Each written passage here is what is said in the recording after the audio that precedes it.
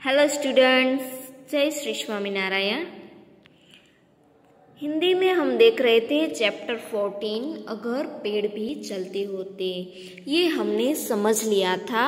इसके आगे की एक्सरसाइज आज हम स्टार्ट करने वाले हैं। उनसे पहले थोड़ा सा फिर से जान लेते हैं कि इस कविता में क्या था और किसके बारे में बताया गया है।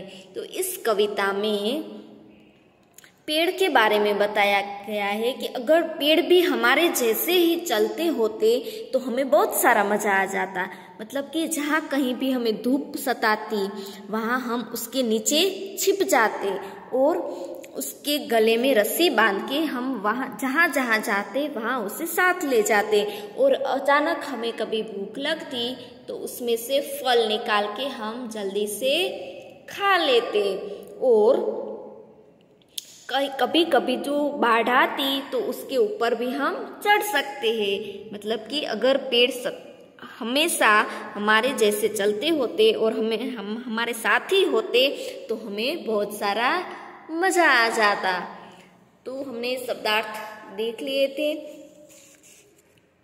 फिर से देख लेते हैं। तने यानी जड़ से ऊपर का मोटा भाग, झट यानी तुरंत, मधुर यानी मीठे, सताती यानी परेशान करती, सुस्ताते यानी आराम करते, बाढ़ यानी वर्षा के कारण नदी का जल बहुत अधिक बढ़ना।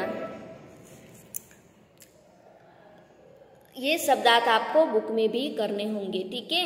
उसके बाद है मौखिक प्रश्न। इस कविता में किसके चलने की बात की गई है? तो पेड़ के चलने की बात की गई है। उसके बाद हम पेड़ों को दूसरी जगह कैसे ले जाते? उसके गले में रस्सी बांधकर, है ना। उसके बाद भूख लगने पर हम क्या करते? अगर हमें भूख लगती तो हम पेड़ में से फल निकालकर जल्दी से खा लेते। उसके बाद है कविता के अनुसार मिलान कीजिए। तो चलो, अगर पेड़ भी तो क्या होगा? चलते होते कितने मजे हमारे होते, जहाँ कहीं भी धूप सताती उसके नीचे झट सुस्ताते,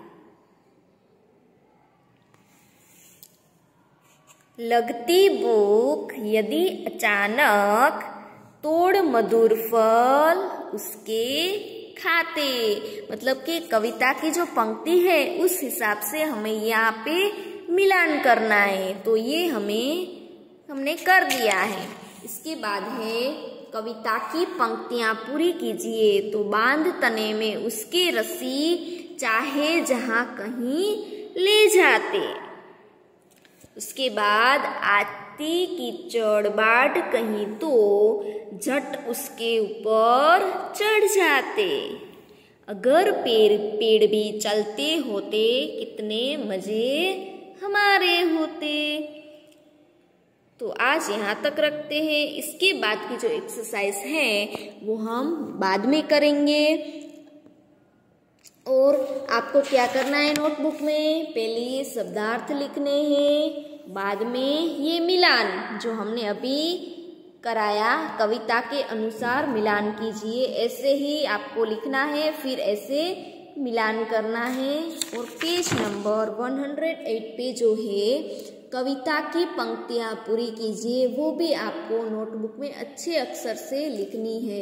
इससे पहले मैंने ये कविता आपको बुक में लिखने को दी थी। जिसकी भी बाकी हो वो पहले कविता लिखे, बाद में ही शब्दार्थ से स्टार्ट करना है, ठीक है।